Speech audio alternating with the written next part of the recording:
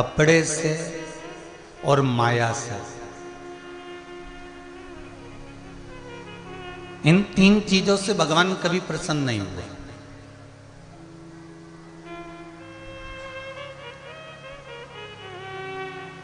आपका शरीर कितना भी सुंदर हो, भगवान को आपके शरीर से कोई मतलब नहीं। आपके कपड़े कितने भी सुंदर हों, भगवान को आपके कपड़े से कोई मतलब नहीं। और माया, आपके पास में कितना वैभव है, कितनी दौलत है, कितनी सत्ता है, कितना धन है, भगवान को उससे भी कोई मतलब नहीं। काया, कपड़ा और माया, इन तीन चीज से मेरे भगवान शंकर को कोई मतलब नहीं। हाँ, तुम्हारी काया से, तुम्हारे कपड़े से और तुम्हारी माया से दुनिया के लोगों को मतलब हो सकता है।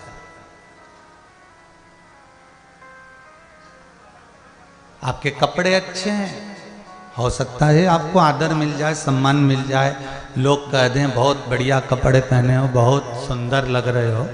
काया अच्छी है तो भी दुनिया के लोग कह सकते हैं। माया बहुत सारी है तो हो सकता है कि सब तुम्हारे आगे पीछे घूमे, तुम्हारा आदर करे, सम्मान करे, सत्कार करे। पर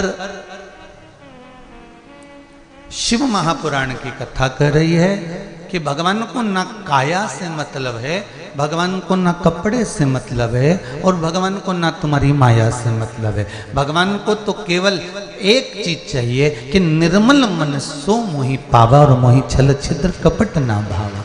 मुझे केवल आपका मन चाहिए, आपका चित्त चाहिए, आपकी वृत्ति चाहिए, आपका हृदय, आपका मन। जब आप मुझे समर्पित कर दोगे, उस मन में ना काया है, उस मन में ना कपड़े हैं, और उस मन में ना माया है। ये तीनों चीजें मन के अंतर्गत नहीं है। और इतनी मुश्किल से प्राप्त होने के बाद माया में अगर हम भटकते रहे, माया में हम भरमाते रहे, तो अंत समय यही छोड़ दिया महाराज। काया, कपड़े और माया। सुन ले दीनानाथ, काया, जम के बोलो तीन चीजें, काया, कपड़े और माया। ये तीन चीजें भगवान को रिझाने के लिए श्रेष्ठ नहीं।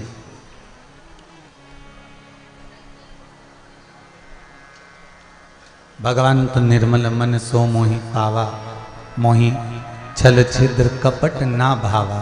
भगवान को तुम्हारी काया से, तुम्हारी माया से और तुम्हारे कपड़े से कोई मतलब नहीं, उसे कोई मतलब नहीं।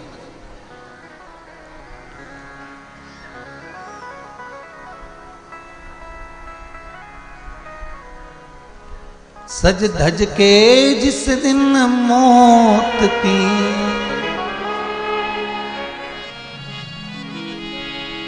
सज धज के जिस दिन मौत की, सहजादी काम आएगी, न सोना काम आएगा, न चांदी काम आएगी, सब पड़ा रह जाना। अगर कुछ साथ देगा तो केवल एक, क्या जो तुमने हाले कोसा में बैठकर शिव महापुराण की कथा सुनी है, ये अंत बिंदु तक साथ दे जाएगा। केवल आपने जो भजन किया है, स्मरण किया है, मंत्र जाप किया है, नाम जाप किया है, वो आपके अंत समय में कोई नहीं आने वाला। अंदर हॉस्पिटल में पड़े रहोगे, आईसीयू में, वेंटिलेटर पे। आज के जमाने में तो तुरंत पटक देते। बोलो सही है कि गलत है? थोड़ी भी गड़बड़ी हुई ना शरीर में तो सबसे पहले आपको वेंटिलेटर पर या आईसीयू, ये बंद है क्या, चल नहीं रहा है पता नहीं, वेंटिलेटर पर या आईसीयू में सबसे पहले पटक देते हैं। अब वेंटिलेटर पे पड़े हुए हो, आईसीयू में पड़े हुए हो, अब जरा विचार करिएगा, सारे घर के लोग बाहर हैं, पूरे घर के लोग कहाँ पर हैं? बाहर। और जब सारे घर के लोग बाहर हैं और आप अंदर हो और कोई तुम्हारे साथ में नहीं है, कोई भी तुम्हारे पक्ष में अर्थात कोई तुम्हारे नजदीक में नहीं है, सब बाहर, जितने भी हैं सारे के सारे बाहर हैं, कोई अंदर है ही नहीं। फिर अंदर कौन रहेगा? अंत समय प्रभु। किस किस को याद है ये वाली लाइन? जिसने कथा सुनी होगी उसको लाइन याद होगी ये भजन की, ठीक है? जरा बोलो, अंत समय प्रभु आना पड़ेगा, वचन दिया तो निभाना पड़ेगा, आए ना आए प्रभु कुटुंब कबीरा, आए ना आए प्रभु कुटुंब कबीरा, अंत समय शिव आना पड़ेगा, अंत समय प्रभु आना पड़ेगा। कोई आएगा नहीं आएगा, कोई मिलेगा नहीं मिलेगा, ये पता नहीं, बिल्कुल मालूम नहीं, पर इतना पक्का है कि तुमने जो पुण्य करा, तुमने जो भजन करा, तुमने जो स्मरण करा, तुमने जो कीर्तन करा, तुमने जो मंत्र जाप करा, तुमने जो स्मरण करा, तुमने जो भगवान की भक्ति को धारण करा, ये तुम्हारा करा गया सारा पुण्य दान सत्कर्म तुम्हारे सामने आएगा।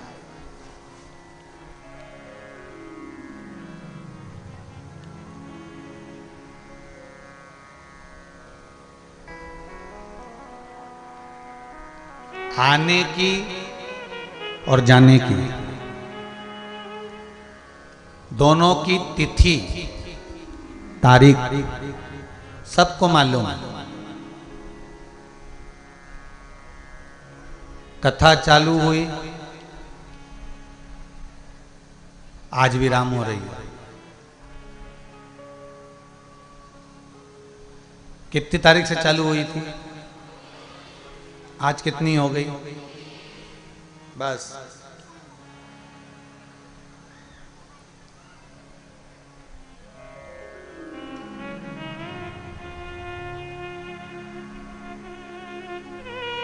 चौबीस की उम्र से लेकर 30 की उम्र तक तो शंकर जी ने संभाल लिया। अब 30 के बाद की तुमको शिव नाम से संभालना, ठीक है? अब 24 से 30 तक की कथा है। 24 को चालू हुई, 30 को विराम हुई। इतनी तारीख को आप आए, टिकट करा कर आए, और जाने का भी टिकट पहले ही करवा के रखा कि इतनी तारीख को मुझे वापस जाना है। उसी तरह ऊपर से जब नीचे भेजा गया था, माता के गर्भ में जब भेजा गया था, तो तारीख तुम्हारा रिजर्वेशन, तुम्हारे जाने की तारीख और वापस आने की तारीख उसके पास में टिकट रखा हुआ है। कब की है ये उसको मालूम है।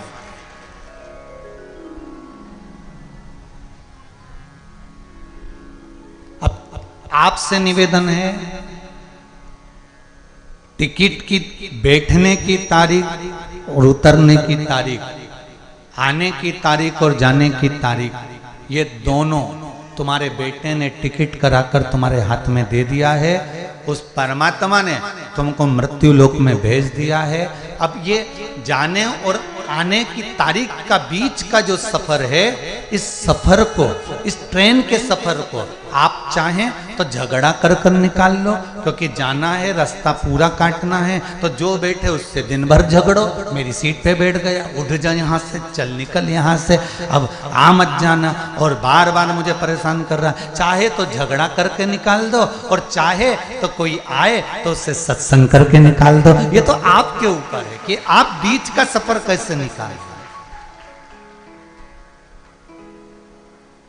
आप बीच के सफर को कैसे निकाल रहे हैं, बीच के सफर से कैसे जा रहे हैं, आपके ऊपर निश्चित करता है। ये आपके ऊपर है कि आप कैसे निकलेंगे, कैसे जाएंगे, कैसे भजन करेंगे, कैसे कीर्तन करेंगे, कैसे स्मरण करेंगे, कैसे मंत्र जाप करेंगे, कैसे नाम जाप करेंगे, ये आपके ऊपर है महाराज। इसके सिवाय कोई दूसरा नहीं कर सकता। शिव को ना आपका काया चाहिए, ना कपड़ा चाहिए, शिव को ना आपकी माया चाहिए, शिव को केवल जैसे राम जी ने शंकर भगवान को हृदय दिया था, शिव जी ने राम जी को हृदय दिया था, बस वही की वही हृदय, वही की वही चित्त, वही की वही वृत्ति, वही का वही मन आप भगवान को दे दीजिए। इससे ज़्यादा भगवान को और कुछ भी नहीं चाहिए। आपका मन भगवान को दिया, भगवान ने उसको स्वीकार किया।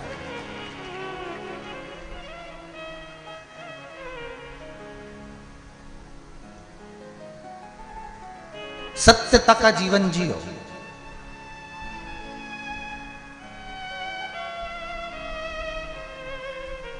छत्तीसगढ़िया सबले बढ़िया। और किस चीज में बढ़िया है छत्तीसगढ़िया?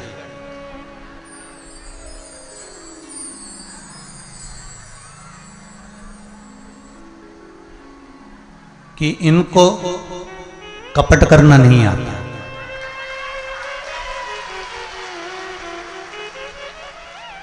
और छत्तीसगढ़ में रहकर अगर कोई कपट कर रहा है तो समझ लेना वो छत्तीसगढ़िया नहीं हो सकता, बाहर से आकर कपट कर। ठेठ छत्तीसगढ़ का रहने वाला कपट करना नहीं जानता। कहीं इधर उधर से आ गए होंगे, यहाँ 8-10 साल 25 साल 20 साल से बस गए होंगे, इसलिए इन्होंने ऐसा कपट कर दिया होगा। पर जो छत्तीसगढ़िया होता है साहब, ये शुरू से जल में रहा है। खेत में जब धान बोता है तो जल, और जल तत्व सबसे पहला तत्व समझाया था गणेश जी का तत्व है जल, जिसके साथ में गणेश जी जल तत्व के साथ में लगे हुए हैं और आखिरी तक भी वो जल तत्व में ही रमा रहता है। तो वो गणेश जी का एक सहभागी बना हुआ आता है, साथी बना हुआ होता है। ये कपट करना नहीं जानता। ये किसी ने कहा उसको स्वीकार कर लिया।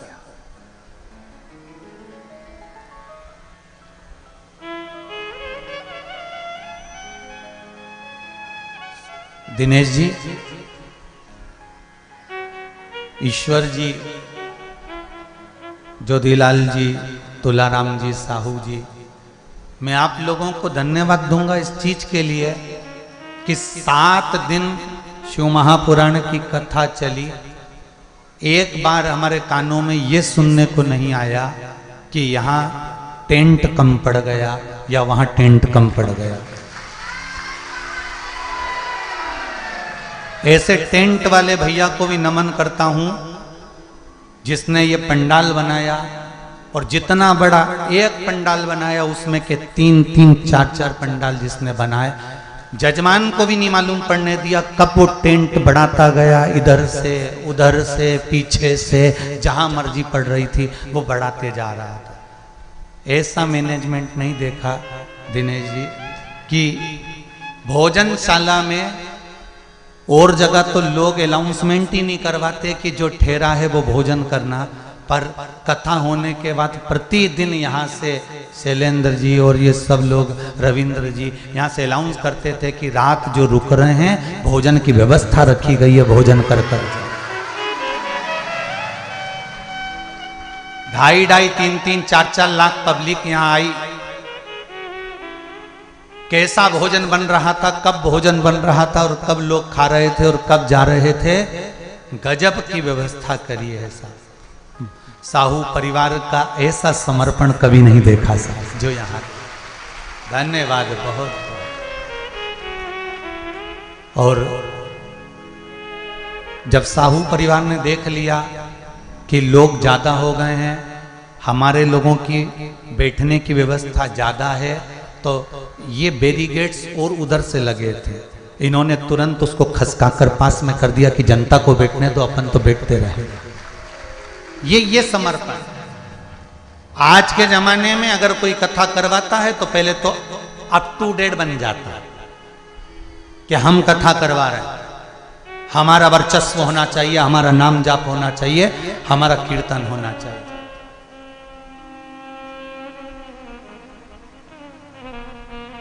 नमन करता हूं दिनेश जी, ईश्वर जी, आप जिस माता की गोद से जन्मे हो और जिस पिता के दिए हो, उस माता और पिता को नमन करता हूं। उनकी विश्वास को देखिए, उनके भरोसे को देखिए कि, और ऐसे चाचा चाची, ऐसे काका काकी को भी नमन करता हूं जिन्होंने अपने भतीजियों से कहा तो चिंता मत कर, तू करा, आगे बढ़, बढ़ के चल और कथा होगी और बड़े आनंद से, क्या घबरा।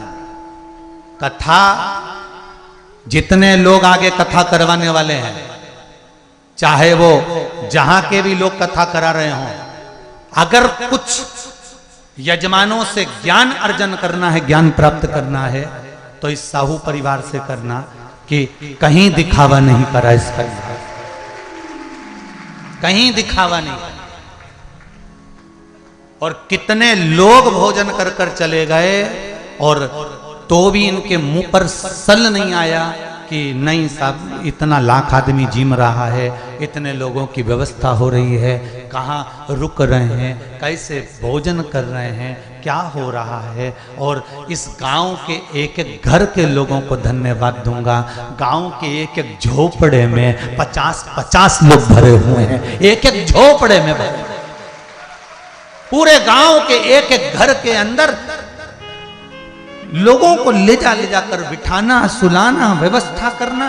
किसी भी गांव के झोपड़े के अंदर चले जाओ, चाय की हंडी केवल कथा होती है उस समय बंद होती है, बाकी के समय चूल्हे पर चाय चढ़ी रहती है। एक एक झोपड़े के अंदर चाय बना बना कर पिला रहे हैं, जिनकी कुछ ज्यादा कैपेसिटी नहीं हो सकती, धन नहीं हो सकता, तो भी व्यवस्था कर। धन्य है साहब, धन्य।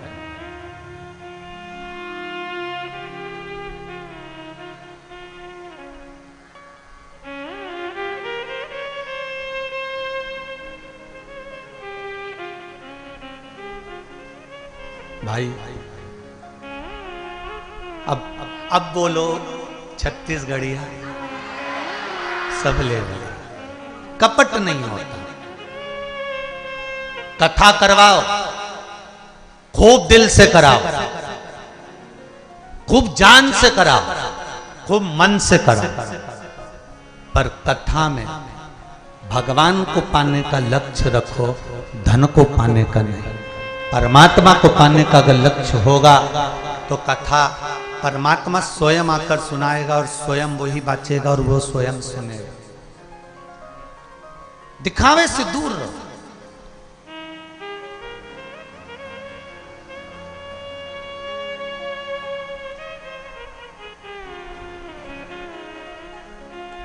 महाराज,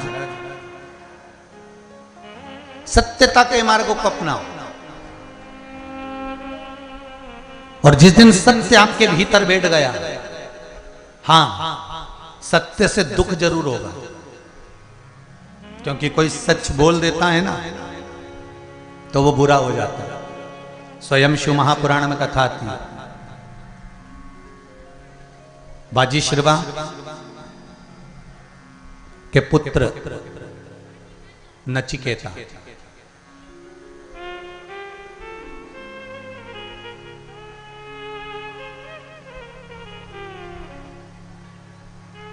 बाजीश्रीवा के पुत्र नचिकेता,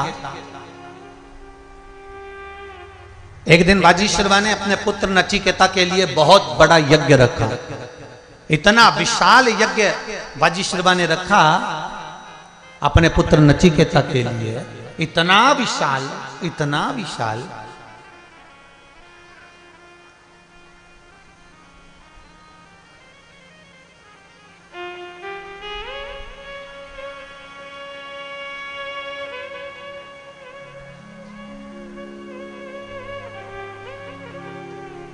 और महाराज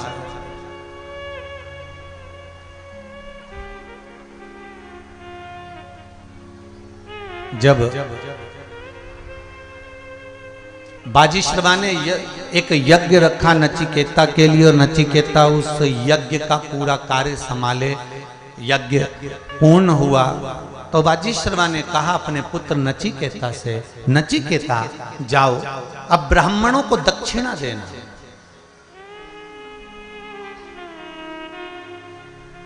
इस यज्ञ की दक्षिणा ब्राह्मणों को देना है, संतों को देना है, ऋषियों को देना है, गुरुजन को देना है। और यज्ञ करते करते हमारे पास कुछ भी नहीं बचा है। एक काम करो, जो हमारे यहां गाय बंधी हुई हैं उन गाय को खोल कर लाओ, उन गौओं को वजिष्ठवा कहते हैं, इन ब्राह्मणों को दे दिया जाए।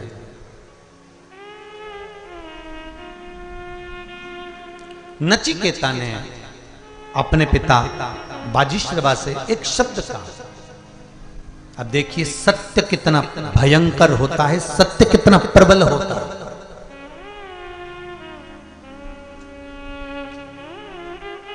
बाजीश्रवा ने कहा जाओ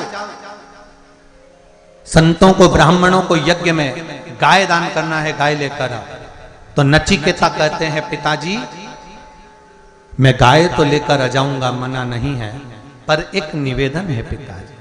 क्या निवेदन? केवल इतना है कि तुम जिस गाय को दान दे रहे हो वो गाय एकदम दुबली पतली है और वो गाय बीमार है और उस गाय का तो दूध भी नहीं आता, तो फिर ऐसी गाय ब्राह्मण को देने से क्या मतलब है?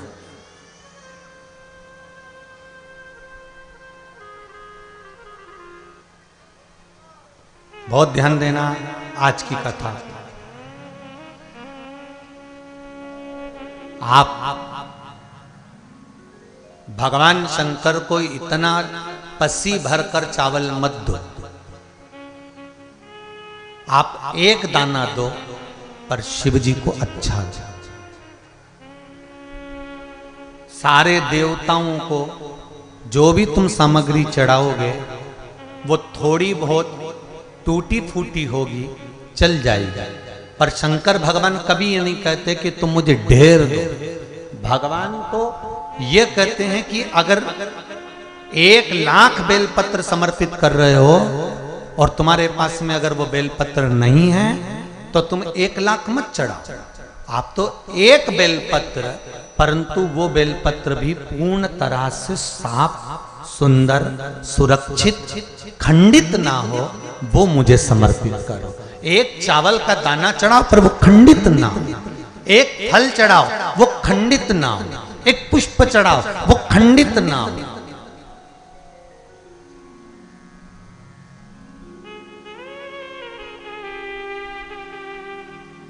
मेरे हाथों से, शिव कहते हैं मेरे हाथों से मेरा पुत्र खंडित हो गया था, उस दिन से मैंने वचन दिया है माता पार्वती को कि खंडित वस्तु स्वीकार नहीं करूंगा और ना खंडित दूंगा।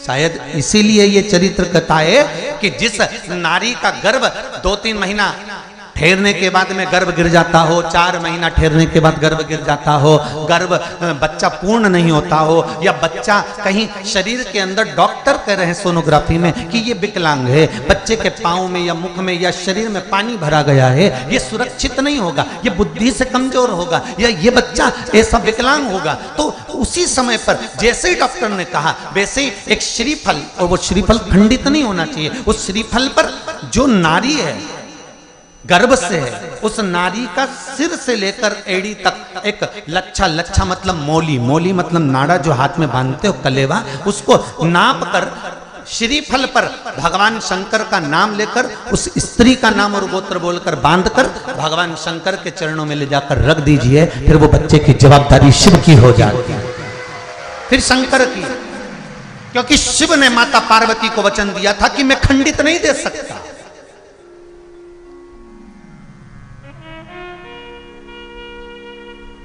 जब रावण को सोने की लंका दी गई तब माता पार्वती जी ने कहा था आदि लंका तो रख लो सोने की, अपन रहेंगे। शिव जी कहते खंडित नहीं रखूंगा, पूर्ण दिया जाए। सारे देवताओं के मंदिर में नारियल फूटता है, हनुमान जी के मंदिर में नारियल फूटता है, राम जी के मंदिर में नारियल फूटता है, देवी जी के मंदिर में नारियल फोड़ा जाता है, पर शंकर जी के मंदिर में नारियल नहीं फोड़ा जाता। आखा की आखा दिया जाता है कि पूर्ण दीजिए, बेलपत्र पूर्ण दीजिए, फल पूर्ण दीजिए, एक चावल का दाना भी दे रहे हो तो पूर्ण दीजिए, उसमें खंडितता का भाव ना हो। शायद उसी का प्रताप एक पत्र में लिया।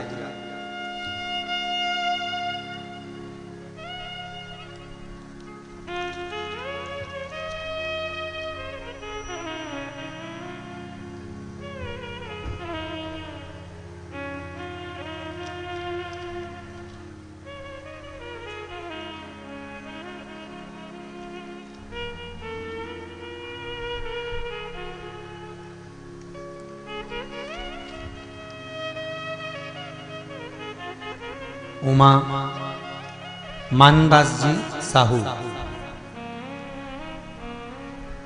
उमा साहू पति मानदास जी साहू, मैं ग्राम खुर्सीपार, थाना डोंगर गांव, जिला राजनांदगांव की निवासी हूँ।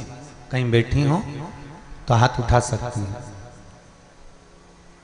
गुरुजी कहीं बैठे हो तो हाथ उठा सकते हैं, हिला सकते हैं। गुरुजी मेरा विवाह को 6 साल हो गए थे। अच्छा उधर बैठे हैं, वहां बैठे हैं, अच्छा उधर हैं, ठीक है। दोनों हाथ हिला दो एक बार, दिख गए। श्री शिवाय नमस्ते। गुरुजी मेरे विवाह को 6 साल हो गया था। मेरे यहाँ संतान नहीं थी। हमने बहुत पूजा पाठ कराया, डॉक्टरों के पास इलाज कराया, फिर भी कुछ नहीं हुआ। फिर एक दिन मैं और मेरे पति मोबाइल पर आपकी कथा सुन रहे थे।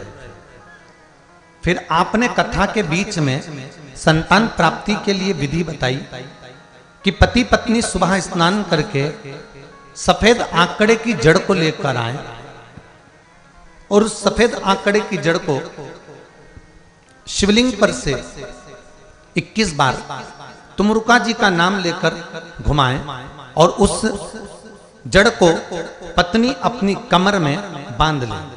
3 से 4 महीने में गर्भ ठहर जाता है। गुरुदेव हमने तो केवल मोबाइल पर वो सुना था और विचार करा, जब गुरुजी बोल रहे हैं तो अचानक मोबाइल में ये क्लिप आ गई है तो क्यों ना करा जाए। दूसरे दिन ही हमने वो प्रयोग करा। आज मेरे को 6 महीने का गर्भ है। ये शिव भगवान। बैठ जाओ बहन, बैठ जाओ। श्री शिवाय नमस्ते। आज मुझे 6 महीने का गर्भ है। ये शिव की कृपा। जहां डॉक्टर भी फेल हो जाते हैं महाराज, व्यक्ति जहां हार जाता है वहां फिर शिव ही आता है। एक पत्र और है बड़ा सुंदर। पूनम ठाकुर कुमारी से हूं मैं। कहीं बैठी हैं पूनम ठाकुर? कुमारी से। गुरुदेव मेरा जॉब नहीं लग रहा था। कहीं बैठी हो तो हाथ हिला सकती हैं। पूनम जी ठाकुर कुमारी।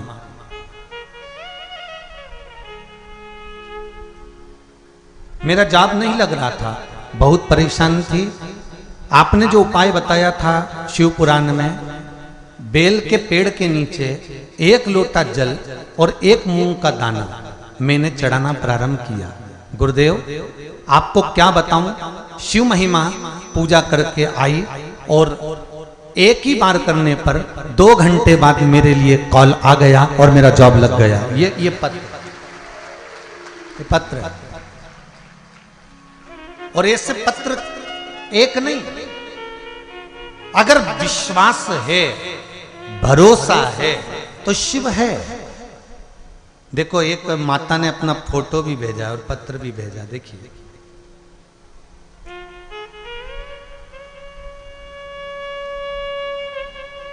पत्र फोटो दोनों तीनों चीजें। पत्र में क्या लिखा विश्वास पर देखिएगा। आप ही ने भेजा।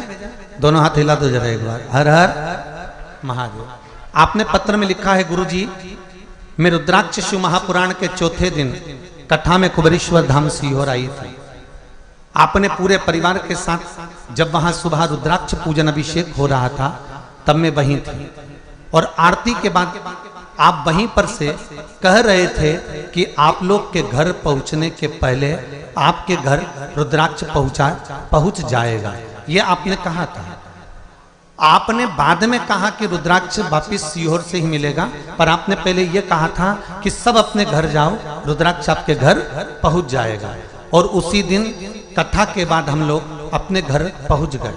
फिर उसके बाद एक हफ्ते बाद जब हम लोग पूजन कर रहे थे तब मेरी बेटी ने अगरबत्ती के पैकेट में रुद्राक्ष देखा। फिर मैंने उस अगरबत्ती के पैकेट में देखा तो उस पैकेट में एक और रुद्राक्ष था।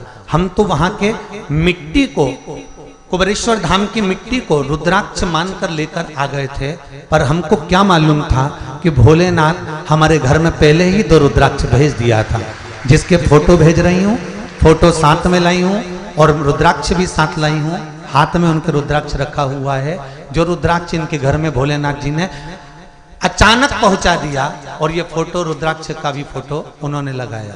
अब ये शिव नहीं तो क्या है? आपका विश्वास, आपकी दृढ़ता, आपका भरोसा। अगर शिव कृपा नहीं करे तो कौन करेगा? बैठिए बहन। हर हर महा, आप मानो तो, आप शिव भजो तो। वो कहते हैं ना, मानो तो मैं गंगा ना मानो तो बहता पानी। अगर मानो तो गंगा हूं, नहीं मानो तो बहता हुआ पानी हूं। मैं कुछ भी, बस शंकर को अगर शंकर मान लिया, शिव को शिव मान लिया, मेरे ओघड़दानी मेरे शंकर को महामृत्युंजय मान लिया, मेरे शंकर को अगर विश्वास कर कर आपने भज लिया तो ये पक्का है कि ऐसा कोई रोग नहीं जिसका कोई इलाज नहीं, मेरा शिव उसका इलाज कर ही दे।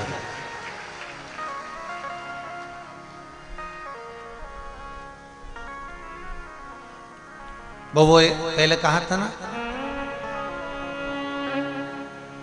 सबसे ज्यादा कठोर लोहा, लोहे से ज्यादा कठोर अग्नि, क्योंकि अग्नि लोहे को गला देती है।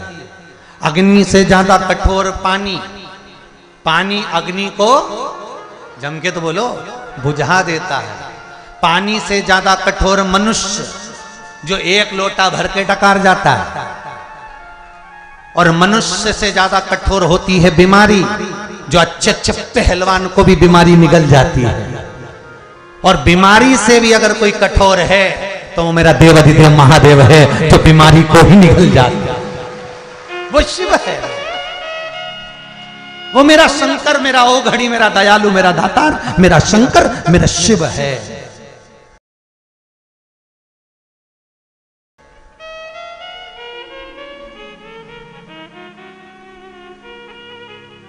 अगर बीमारी भारी है तो शिव भी तो भारी है, अगर बीमारी भारी है तो शंकर भी तो त्रिपुरारी है। आप भजो तो उसका स्मरण तो करो, उसका कीर्तन तो करो।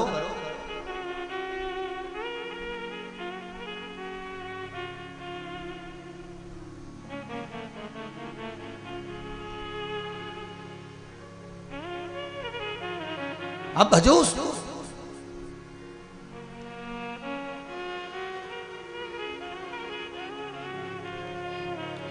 मैंने तेरे ही भरोसे, ओ भोले तेरे ही भरोसे, हवा बिच उड़ती जावांगी, बाबा डोर हथो छठी ना में कटी, सतगुरु में तेरी पतन, ओ भोले में तेरी पतन। हवा बिच उड़ती जावांगी, बाबा डोर हथों छड़ी नाम में कटी जावांगी। ये शिव है। नचिकेता ने सत्य कह दिया। नचिकेता बोलते हैं कि पिताजी आपको दान करना है तो ऐसी गाय क्या दान करना जो बीमार पड़ी हो, ऐसी गाय क्या दान करना जो दूध ना देती हो, ऐसी गाय क्या दान करना जो दुर्बल हो गई। और एक हम अपने दादा और परदादा के लिए, उनके जाने के बाद अपने माता पिता दादा परदादा के लिए अगर गौ दान करते हैं, 12वें के दिन 13वें के दिन 10वें के दिन अगर ब्राह्मण को गाय भी देते हैं तो ऐसी गाय बुलवाते हैं जो किसी काम की नहीं हो।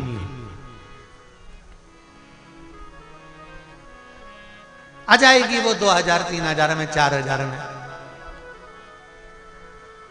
500 रुपए, 1000 2000 में।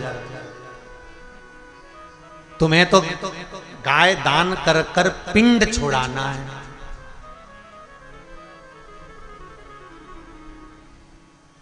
शिव महापुराण मना करती है। शिव पुराण एक बात कहती है, थोड़ा सा आप लोगों को भले इस पुराण में हमारी बात बुरी लग जाए तो लग जाए। शिव पुराण कहती है कि आप गाय दान नहीं कर सकते। 2000 5000 की अगर दुबली पतली बिना दूध की गाय लाकर अगर किसी ब्राह्मण को दे रहे हो तो मत दो। उसकी जगह आप किसी गौशाला में जाकर उस 2-5 रुपए का चारा डलवा दीजिए तो आपके पूर्वजों को उसका फल मिल जाएगा, आपके पूर्वजों को उसका लाभ मिल जाएगा।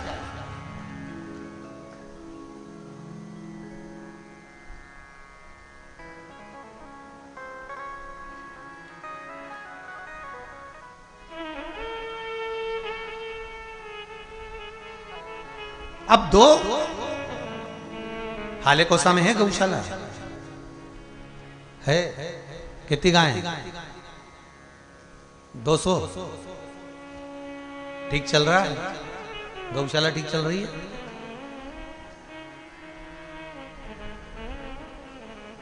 ठीक चल रही है पक्का? और नहीं अगर दिक्कत हो गौशाला में तो आज जितना भी दान आए यहाँ का सब गौशाला में पहुंचा। जितनी भी चढ़ोतरी आए, आज का जितना दान आए सब गौशाला में भेज दो। गौशाला में गौ माता प्रेम से चारा पावे, पानी पिए और आराम से रहे, इससे ज्यादा कोई सुख नहीं हो सकता। पहुंचा, सुखी रहना चाहिए। ऐसा दान किसी काम का नहीं। नचिकेता कर रहे हैं, पिताजी आप जो दान दे रहे हो ये गाय तो दुबली पतली है पिताजी, ये गाय तो दूध नहीं देती पिताजी, ये गाय तो ऐसी दुबरी हो गई है पिताजी, और आप ऐसी गाय का दान देना चाहते हो?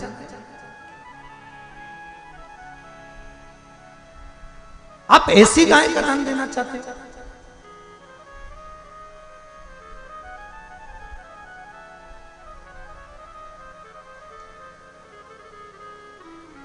दे दो। पिताजी ने जैसे ही कहा, मैंने गाय मंगवाई है, तुम गाय लेकर आओ और मेरे को दान करना है। पिताजी को ज्ञान दे रहा था नचिकेता। बाजीश्रवा पिताजी को ज्ञान दे रहा है नचिकेता। और नचिकेता ने जब बाजीश्रवा को ज्ञान दिया, बाजीश्रवा को क्रोध आ गया कि मेरा पुत्र मुझे ज्ञान दे रहा। माता पिता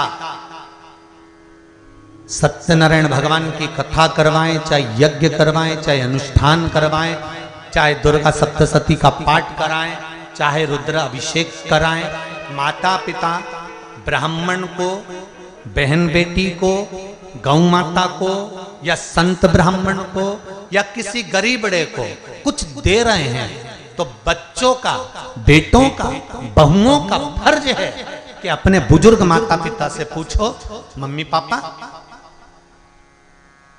आप पंडित जी को देने के लिए कैसी धोती लाए हो, आप बहन बेटी को देने के लिए कैसी साड़ी लाए हो,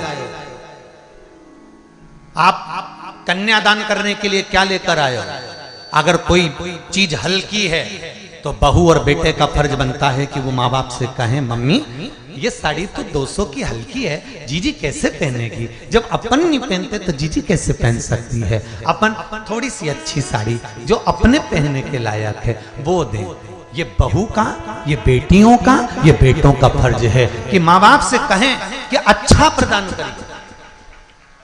हमें नचिकेता से, बाजी शर्मा को जब कहा जा रहा था, नचिकेता ने बाजी शर्मा से कहा कि यह गाय श्रेष्ठ नहीं है, इसको देना नहीं है, पर बाजी शर्मा को क्रोध आ गया और बाजी शर्मा ने नचिकेता को श्राप दे दिया, ए नचिकेता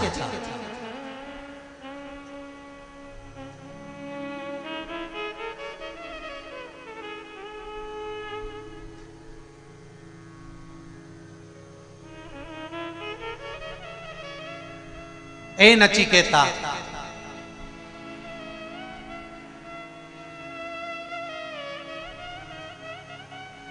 मैं तुझे श्राप देता हूं, तू दान करने की बात करता है, मैं दान कर रहा हूं और मुझे ज्ञान दे रहा है।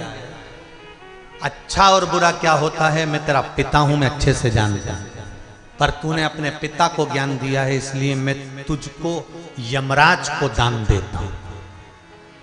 जो ज्ञान दे रहा था नचिकेता, उसी को बाप ने अपने औलाद को, अपने बेटे को यम को दे दिया, यमराज को, कि मार डालो इसको। सत्य कहने वाला बुरा होता है।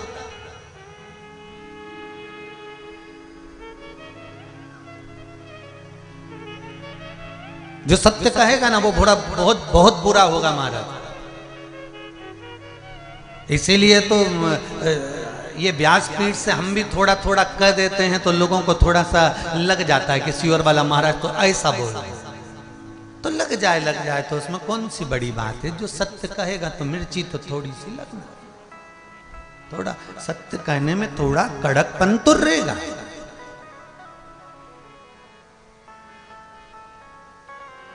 कई पति नरक चले गए झूठ बोल बोल। जब पत्नी तैयार होके आती थी और पति से पूछती थी मैं कैसी लग रही, पति हमेशा कह देता था तू बहुत जोरदार लग रही है, एकदम हीरोइन लग रही है, एकदम बढ़िया दिख रही है। पर एक बार दिल से नहीं कह पाया कि तू ऐसी लग रही जैसे हरी घास में भैंस चल रही। एक बार नहीं बोल पाया, क्योंकि बोल देता तो ये की हालत खराब कर देगा। वो जब तैयार होके बाहर आए तब ये तारीफ करे बहुत जोरदार लग रही, बहुत जोरदार लग रही। और एक आध दिन तैयार होके आई और बाल खुल्ला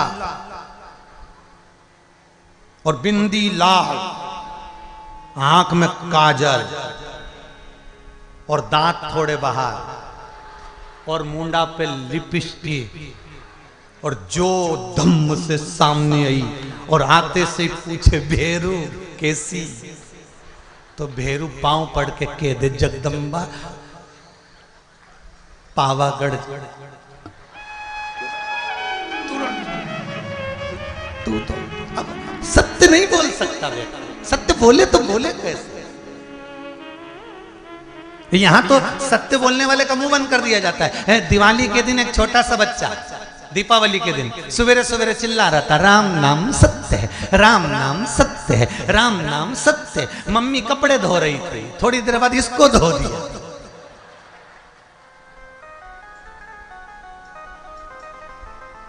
छोरा पूछ रहा मम्मी मुझे क्यों मार रही हो? मम्मी कहने लगी आज दिवाली का दिन और तो चिल्ला रहा राम नाम सत्य, राम नाम सत्य, राम नाम सत्य, आज दिवाली के दिन ऐसा बोलना चाहिए। तो बच्चे को चिल्ला सिखा दो कि राम नाम सत्य।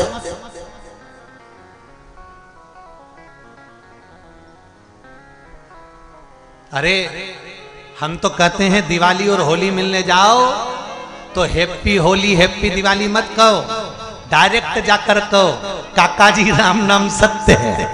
काका जी कुर्सी से नीचे धड़ क्यों रे मेरा बुरा चाहता? नहीं नहीं नहीं, बुरा चाहने वाली बात नहीं है। जिंदगी में बहुत झूठ बोल लिया, छल कर लिया, कपट कर ली, बेईमानी कर ली, दुनिया भर का प्रपंचा कर लिया, सारे बेकार काम इस संसार सागर में आकर कर लिया। अब सत्य बोलने का समय आया है, इसलिए थोड़ा सत्य बोलिए। भगवान का नाम सत्य सत्यता का नाम है, इसलिए उसको सत्यनारायण कहते हैं, इसलिए उसको भगवत स्मरण कहते हैं, इसलिए उसको शिव तत्व कहते हैं। शंकर को प्रिय क्या है? सत्यम शिवम सुंदरम। सत्य आया तो शिव मिल गया, और शिव मिल गया तो जीवन सुंदर हो गया।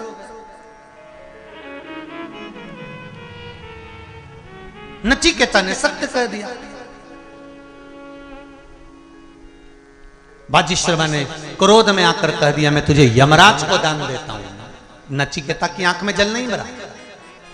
मृत्यु की खबर सुनकर लोग रो देते हैं, मृत्यु की सूचना पाकर लोग रो देते हैं। शरीर में रोग हो गया, आपकी आंख में आंसू आ गया, बहुत बड़ी बीमारी हो गई गुरुजी, बहुत रोग हो गया है, बहुत बड़ी बीमारी हो गई गुरुजी। कोई ने कैंसर बता दिया, कोई ने ट्यूमर बता दिया, कोई ने ये बता दिया, कोई ने वो बता दिया। डॉक्टर कह रहे हैं कि अब तुम्हारे पास समय कम है गुरुजी। लोगों ने कह दिया कि समय कम है ना। राजा परीक्षित की भी तो कथा कहती है, कितने दिन थे उसके पास? अरे जम के तो बोलो, ओनली 7 days, मात्र 7 दिन।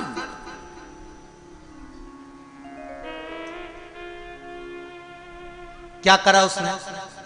राजा परीक्षित ने किया क्या? कुछ नहीं करा। सबसे पहले अपने बेटों को राजपाट दिया और असली गुरु की तलाश करने गए। और आज के जमाने में सबसे कठिन काम यही है, क्या? असली गुरु ढूंढना। क्योंकि आज के जमाने में असली घी नहीं मिले तो असली गुरु कैसे मिले?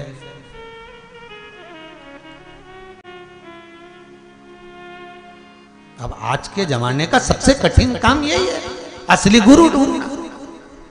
क्योंकि आजकल का गुरु कि गुरु फिरे बाजार में, अरे गुरु फिरे बाजार में, हमसे दीक्षा लेओ, नरक पड़ो चाहे स्वर्ग जाओ, पर माल हम ही को देओ।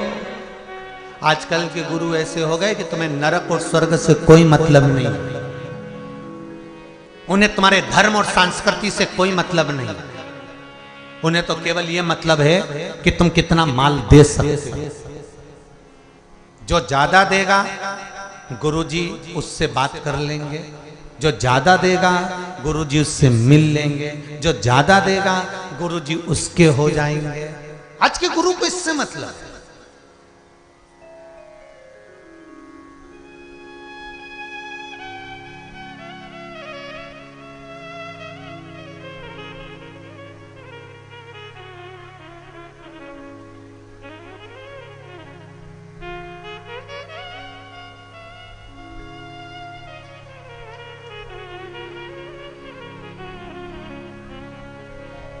पर राजा परीक्षित ने असली गुरु की तलाश करी।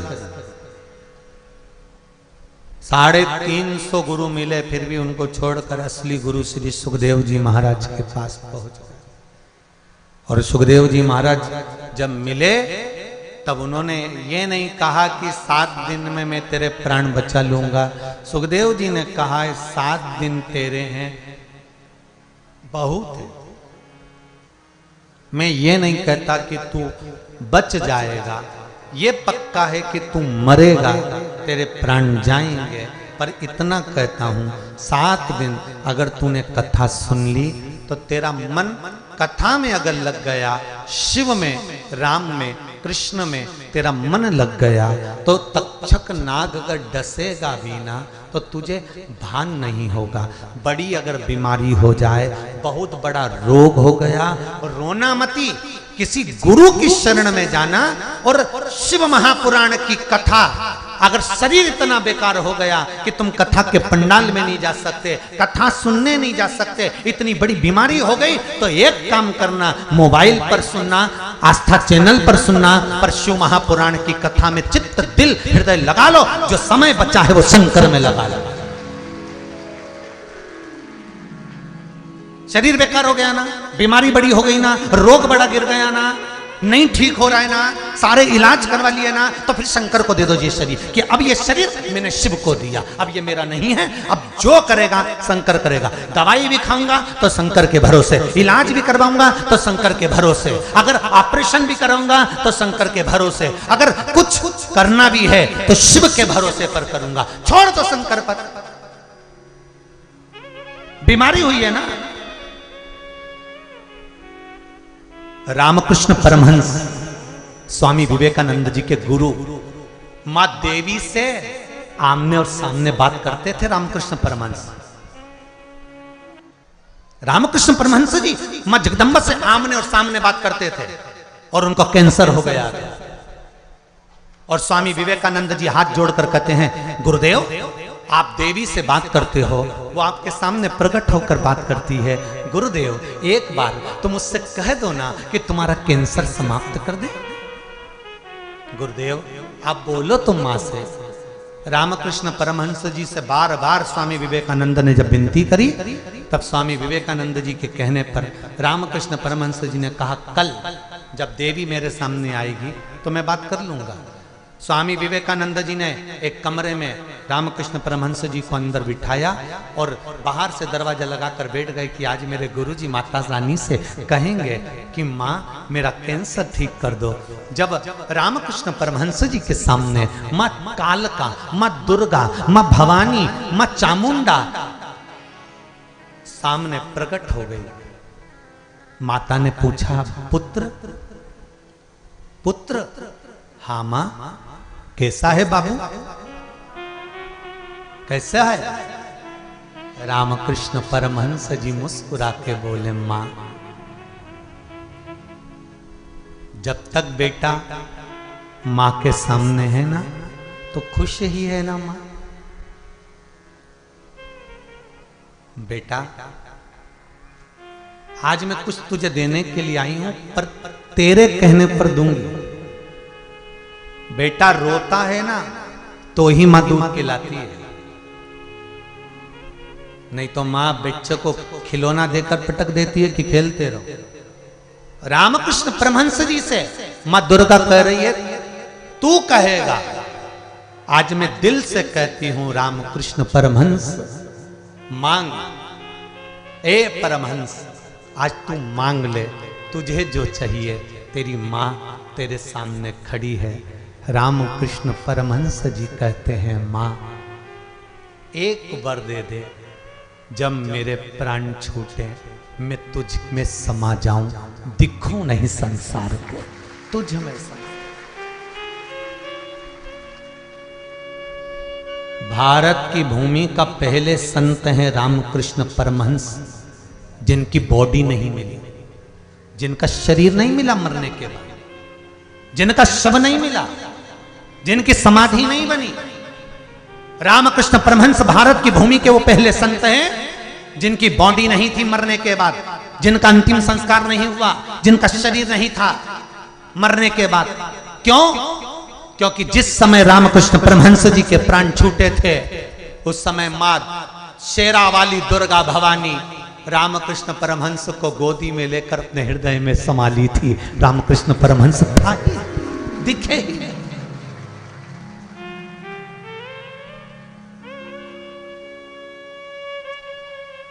समा गए।